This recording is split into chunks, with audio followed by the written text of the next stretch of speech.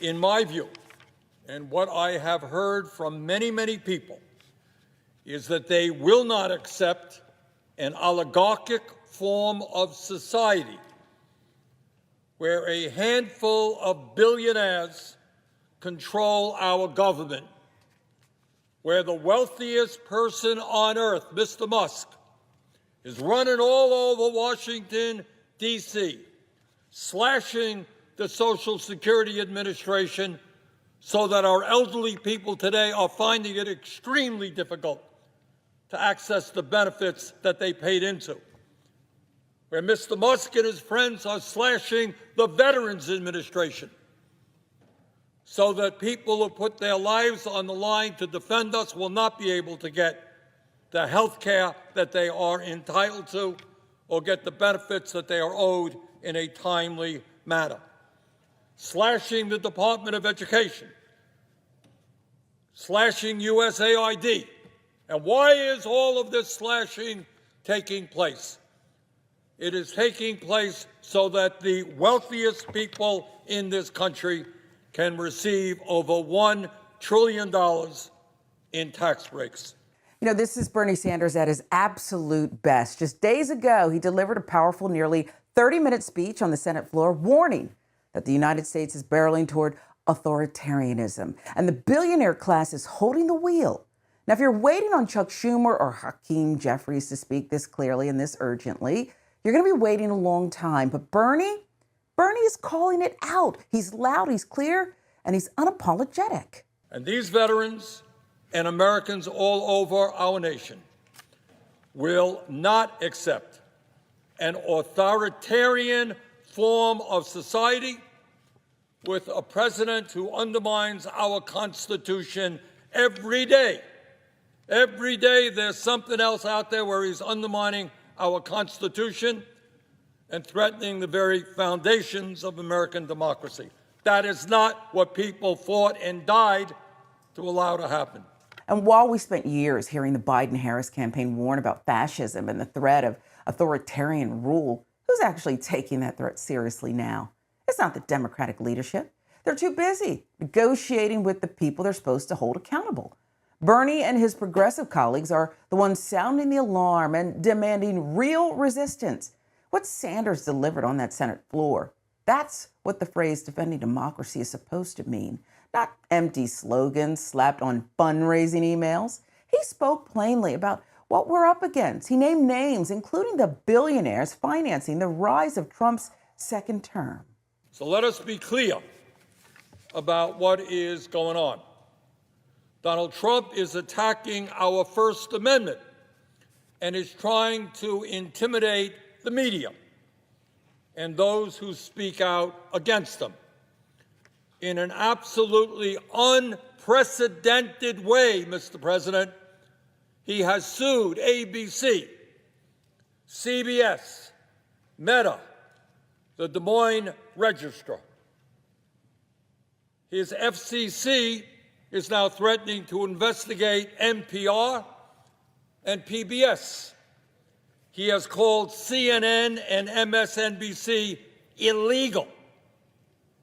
In other words, the leader, or the so-called leader of the free world, is afraid of freedom. He doesn't like criticism. And the response to that criticism in a democracy is not to sue the media, is not to intimidate the media. It's to respond in the way you think best. And I will say it amazes me, it really does, how easily my Republican colleagues here in the Senate and in the House are willing to surrender their constitutional responsibilities, give it over to the president. So let's be clear, this is not hypothetical, this is not theory. Trump's administration has already begun cracking down on free speech, targeting protesters, banning dissent, and gutting constitutional protections. They want to criminalize opposing voices. They want to use the power of the state to punish critics. And guess what? It won't stop with the people they're targeting now. It never does. It never has. That is how authoritarianism works. You start with trans kids, then teachers, then immigrants, then journalists, then you. The reality is that today we have two Americas to very, very different Americas. And in one of those Americas, the wealthiest people have never, ever had it so good. In the whole history of our country, the people on top have never, ever had it so good as they have it today. Today, we have more income and wealth inequality than there has ever been in the history of America. Now, I know we don't discuss it. You don't see it much on TV.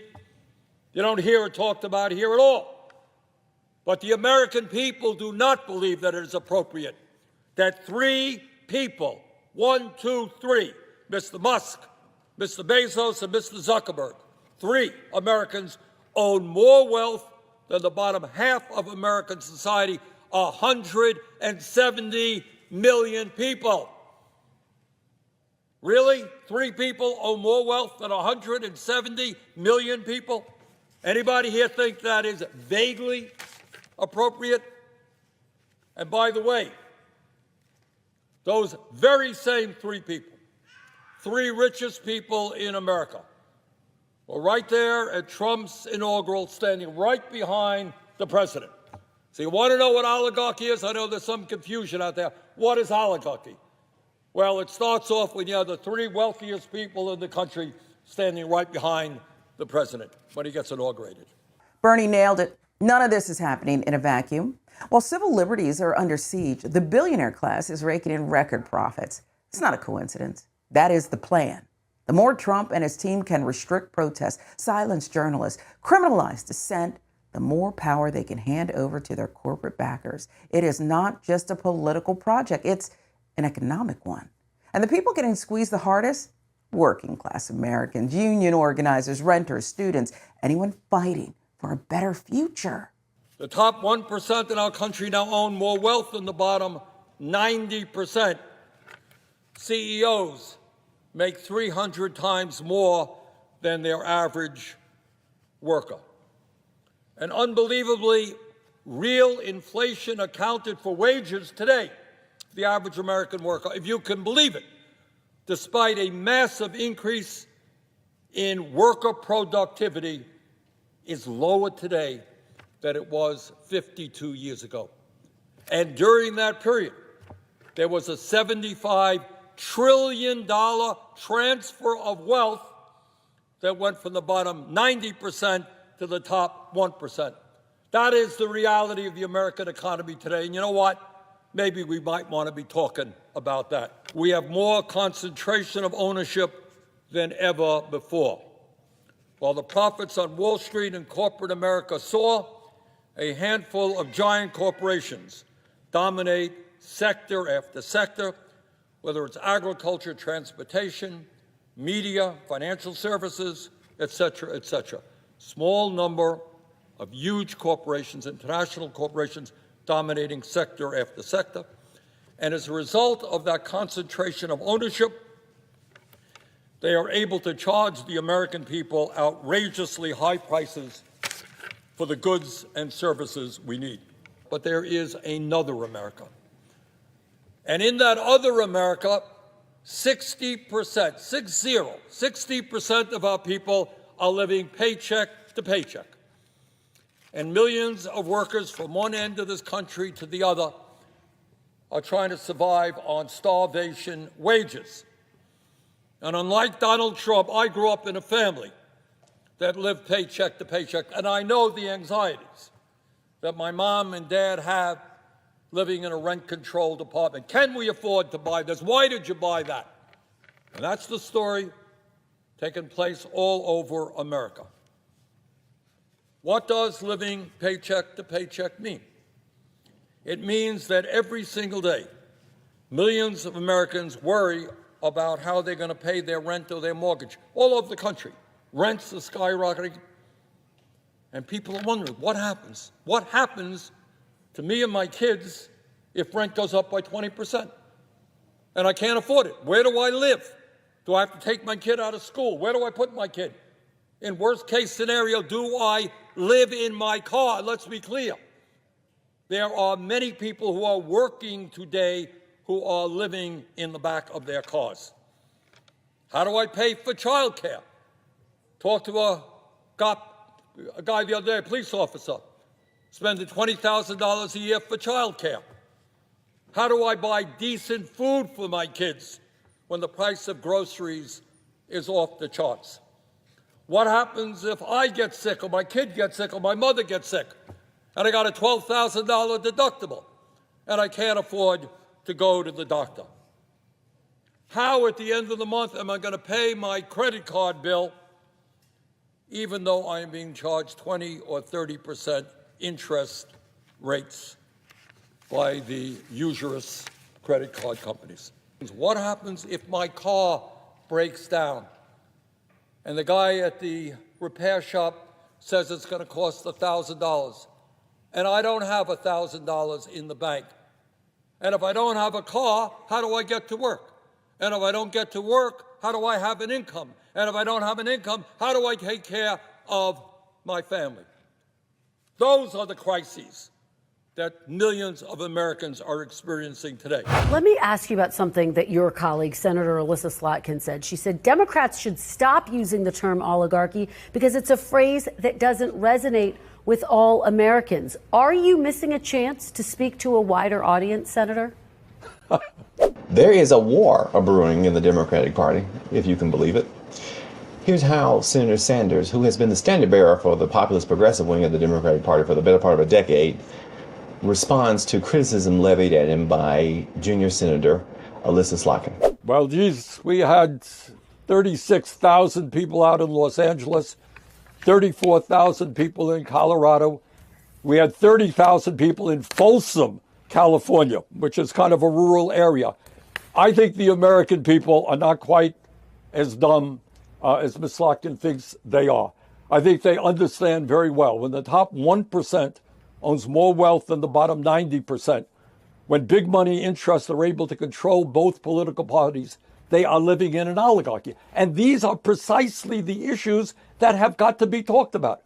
Are you living in a democracy when Mr. Musk can spend $270 million to elect Trump and then becomes the most important person in government? Or AIPAC and other super PACs have enormous power over Democratic candidates? Those are issues that we have got to talk about. That is the reality of American society today. One thing I like about Bernie, one of a few things, is he ain't difficult to understand. He speaks it clear and he makes it plain. And he's done so since like the late Cretaceous. He ain't esoteric or professorial.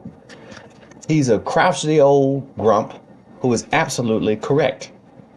Alyssa Slotkin may have literally picked the only Democrat who this criticism isn't true of.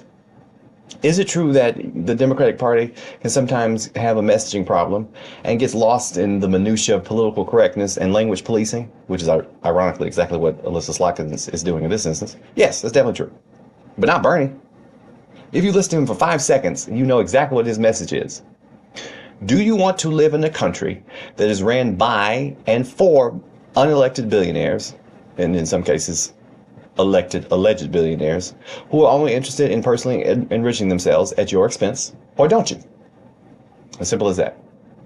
And yes, is the word oligarchy complicated? Apparently it is. But you would only pick something so small to nitpick if you were afraid of attacking the substance of an argument. And unfortunately, Bernie's argument is sort of difficult to argue. What's your response to that? So my response is I agree with everything he said, other than my dad didn't know what oligarchy meant. Like, he asked me what it was about. It's not that I disagree on the concepts or on the principles, and he's right. And that energy that he's bringing is great. It's just that we got to, again, communicate to those folks who may not know what an oligarchy is, like my dad. On the second side of it, just bringing a little alpha energy back into the party, right? And I'm from the Midwest, and for us, leaders like our coaches are just, they've got some alpha energy to them. And I think we've lost some of that in the party, and I want to see that come back. You know, I don't disagree with Alyssa Slotkin here, other than her putting her dad's ignorance on blast like that.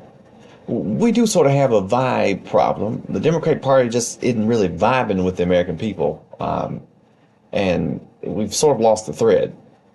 However, but the vibes aside, and whatever the hell a little alpha energy is, all that stuff is useless if you don't have anything that you're actually trying to sell to the American people, if you have nothing to sell.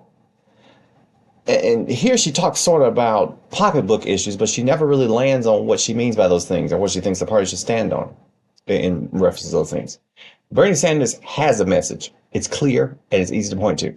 Alyssa Slotkins has a theme and a series of words just kind of smushed together and punctuated by the word alpha.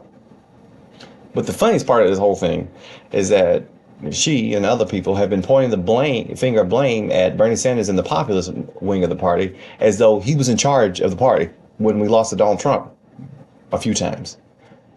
We've tried Alyssa Slotkins' drug, just in a different form. It used to be Pokemon go to the polls and corn pop and all that kind of gimmicky stuff. And now it's alpha energy. But I'm sure that tweak will work this time.